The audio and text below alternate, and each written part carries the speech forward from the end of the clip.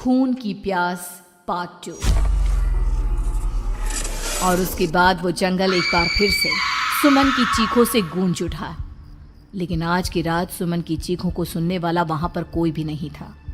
अगर वहां पर कोई मौजूद था तो बस हरिया, जो कि अब एक भेड़िए में बदल चुका था। सुमन के बालों को पकड़कर घसीटते हुए वो जंगल के बीचों बीच एक जगह पर ले जा रहा था। अगली सुबह गांव में। अरे भाई, पता नहीं क्या बात है, अपने गांव का हरिया किसान और उसकी पत्नी सुमन दोनों गायब हैं। दोनों का कोई अता पता नहीं। अरे कैसी बातें कर रहे हो भाई, ये कब हुआ है? अरे पूरे गांव में खबर फैली पड़ी है। कल रात को दोनों खेत की तरफ जा रहे थे, लेकिन लौटकर आए ही नहीं। तो हो सकता है अपने खेत पर होंगे। पूरा गांव ढूंढ कर आया है भाई। जानते हो क्या मिला वहां पर? क्या हुआ भाई? क्या मिला? बताओ हमें, क्या मिला?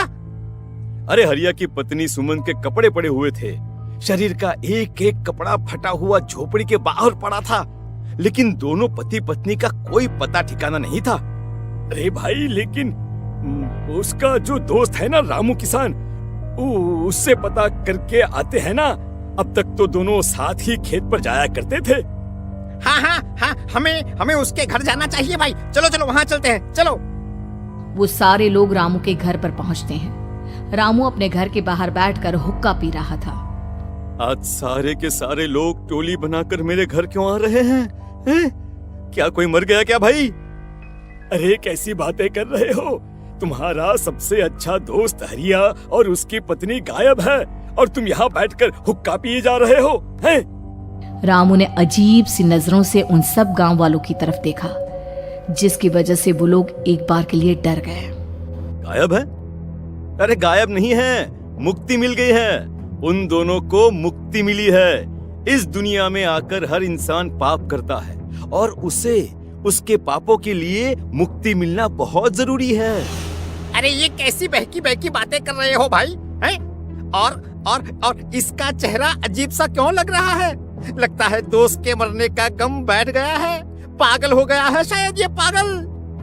ये बात सुनते ही रामू चीख कर जोर से चिल्लाते हुए कहता है, पागल मैं नहीं हूँ, पागल तुम सब हो। और ये शैतानी जंगल अब तुम में से किसी को नहीं छोड़ने वाला, सबको खा जाएगा। याद रखना मेरी बात। शैतानी जंगल? कैसा शैतानी जंगल? लगता है रामू पागल हो चुका है। हमें यहाँ से चलना चाहिए भाई। चलो। तभी रामू की पत्नी बाहर आती है।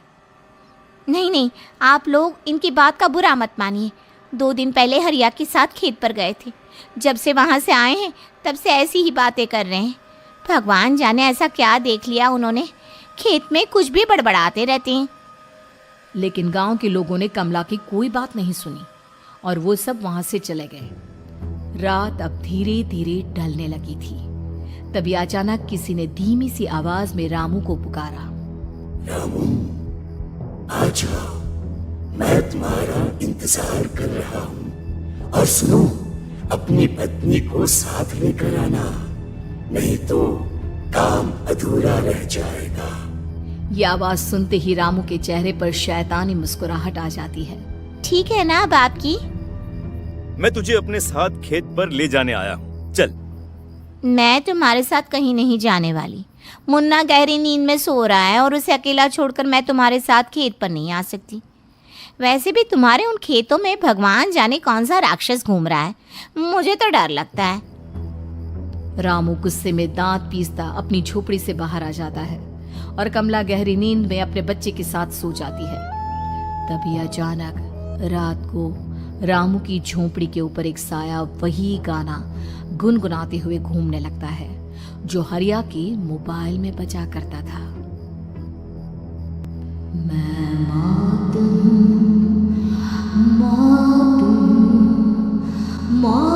जो पसरी है चारों ओर, जो आएगी कहीं से भी निगल जाएगी सबको। मैं मौत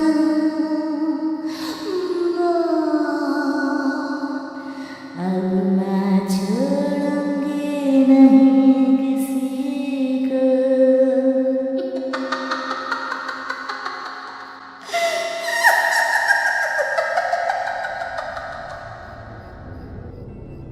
ये आवाज सुनकर रामू की पत्नी कमला की आंख खुलती है और वो देखती है कि उसका मुन्ना अपनी जगह से गायब था। कमला चीखते हुए बाहर दौड़ कर आती है। वहां पर उसने देखा कि रामू ने अपने बच्चे को झोपड़ी के बाहर एक पेड़ से उल्टा लटकाया हुआ था और उसका बच्चा चीख चीख कर रो रहा था।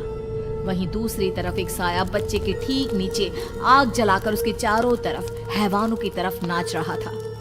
छोड़ दो मेरे बच्चे को। अरे क्या कर रहे हो तुम? शर्म नहीं आती तुम्हें? अपने ही बच्चे को इस तरह मौत के हवाले करते हुए। अपना बच्चा? किसने कहा ये मेरा बच्चा है? अरे ये तो उस रामू की औलाद है, इस गांव के किसान रामू की, और मेरी दुश्मनी इस गांव के हर इंसान के साथ है।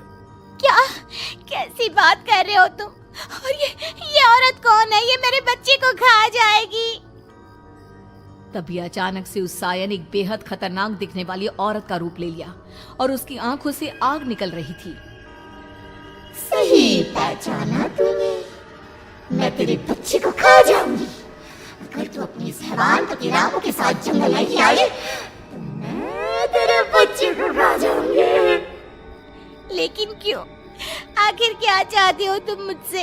मुझे जंगल क्यों ले जाना चाहती हो? औरत बुरी तरह से ठहाके मार मार कर जोर जोर से हंसने लगी और साथ में रामू भी। ये तो तुझे वहाँ चलने के बाद ही पता चलेगा ना। अगर तू नहीं आई तो थोड़ी देर में तेरा ये बच्चा आग में जलकर मर जाएगा। चल जल्दी। नहीं नहीं, मेरे बच्चे को छोड़ दो। तुम जहाँ कहोगे मैं तुम्हारे साथ चलने के लिए तैयार हूँ। और उसके बाद उस बच्चे को झोपड़ी में लिटाकर आगे आगे वो साया चल रहा था और उसके पीछे पीछे रामू अपनी पत्नी के बाल पकड़कर उसे घसीटते हुए जंगल की तरफ ले गया। जंगल में जाने के बाद कितनी खूबसूरत हो तुम। आज की रात बस तुम और मैं एक दूसरे के साथ रहेंगे। मुझे तुमसे बहुत डर लग रहा है। तुम्हें क्या हो गया है? तुम तो बिल्कुल ठीक थे। वो होगा जो हमारे बीच होना चाहिए। तो आओ आओ अपने आप को मेरे हवाले कर दो। कमला ने डर की वजह से अपनी दोनों आंखें कसकर बंद कर ली थी। रामू ने बुरी तरह से चीख कर कमला से कहा, आंखें खोलो अपनी और मेरी तरफ देखो। कमला ने जैसे ही अपनी आंखें खोली उसने देखा कि रामू एक खतरनाक खूनी हैवान में बदल चुका था। कौन हो तुम? जाने दो मुझे। क्या चाहते हो मुझसे? वही जो एक आदमी एक औरत से चाहता है। मैं तुम्हारा पति रामू नहीं बल्कि इस जंगल का एक भेड़िया हूँ और आज की रात तुम्हारे खून से अपनी प्यास बुझा जाऊं। और उसके बाद वो जंगल कमला की दर्दनाक चीखों से गूंज उठा। अगली सुबह कमला के कपड़े भी जंगल में उसी तरह पाए गए जैसे कि सुमन के पाए गए थे। इस घटना के बाद पूरे गांव में दहशत का माहौल था। बहुत परेशान था। तभी अचानक उसे अपने घर में खाट के नीचे पड़ा हुआ वो मोबाइल फोन मिला जो उसने अपने पापा हरिया को गिफ्ट किया था। अरे कितने प्यार से पापा के लिए मोबाइल फोन लेकर आया था। इसे एक दिन भी काम में नहीं ले पाए। और आखिर कौन है जो गांव में इस तरह की हत्याएं कर रहा है? क्या है इन सब के पीछे? क्या है? मुझे पता करना ही होगा, वरना एक दिन पूरा का पूरा गांव खाली हो जाएगा। इस गांव में एक भी जिंदा इंसान नहीं बचेगा। गांव के लोगों की मदद करने के इरादे से किशन अपने गांव से दूर एक दूसरे गांव में बहुत बड़े तांत्रिक के पास मिलने के लिए गया। तांत्रिक बाबा, अब आप ही कुछ उपाय बता सकते हैं। भगवान जाने हमारे गांव को किसकी नजर लग गई है। नजर नहीं लगी है, किसी ने तुम्हारे गांव को बद्दुआ दी है। किसी सताई हुई आत्मा का प्रकोप है और अब वो पूरे गांव में किसी को नहीं छोड़ेगी जब तक उसकी आत्मा को शांति नहीं मिल जाती। अरे लेकिन ऐसा कौन है बाबा? किसकी आत्मा है और कैसे मिलेगी उसे शांति? मौत है, मौत कहीं से भी आएगी और सबको निगल जाएगी। इससे बचने का सिर्फ एक ही उपाय है, लेकिन उस उपाय को करना आसान नहीं होगा। जो भी उस उपाय को करने की कोशिश करेगा उसकी जान जा सकती है। भले ही मेरी जान चली जाए, लेकिन मैं अपने गांव के लोगों की जान बचाने की पूरी कोशिश करूंगा बाबा। तो ठीक है, फिर अगली अमावस की रात जैसा मैं कहता हूँ वैसा ही करना। अमावस की रात तांत्रिक के बताए अनुसार किशन अपने साथ केरोसिन लेकर जंगल की तरफ चल पड़ा। उसके हाथ में देवी के मंदिर का सिंदूर भी था। किशन जंगल के बीचों बीच पहुंचा। ये देखकर उसकी आंखें फटी की फटी रह गई। वहां एक उबलते पानी का तालाब था और कई लोगों की लाश लटक रही थी। किशन की माँ बाप की लाश भी वहीं थी। माँ, बापू, क्या हो गया? ये क्या हो गया? तभी वहां पर एक औरत और आदमी आते हैं। उन्हें देखकर किशन चौंक जाता है। गोपाल काका, आपकी तो 5 साल पहले मौत हो गई थी। और निर्मला काकी, आप? मौत तो हो गई थी, लेकिन तुम ये नहीं जानते कि हमारी मौत कैसे हुई थी। क्या? लेकिन क्यों काकी? क्योंकि 5 साल पहले इन गांव वालों ने मुझे डायन बताकर पत्थर मार मार के मार डाला। मेरी कोई गलती नहीं थी। गांव का एक बच्चा क्या लापता हुआ, सारा इल्जाम मेरी पत्नी पे डाल दिया। और जब मैंने निर्मला की जान बचाने की कोशिश की तो मुझे भी मार डाला। आपके साथ ये बहुत गलत हुआ काकी, लेकिन आप जो कर रहे हैं वो भी सही नहीं है ना? तुम यहाँ से चले जाओ, वरना तुम भी नहीं बचोगे। हमारी आत्मा पिछले 5 साल से मुक्ति के लिए भटक रही है। चले जाओ यहाँ से। मौका देखकर किशन सिंदूर उन दोनों के ऊपर डाल देता है। उनका शरीर जलने लगता है और वो भयानक तरीके से चिल्लाने लगते हैं। अगले ही पल किशन उनके ऊपर केरोसिन डाल देता है और वो दोनों जल जाते हैं।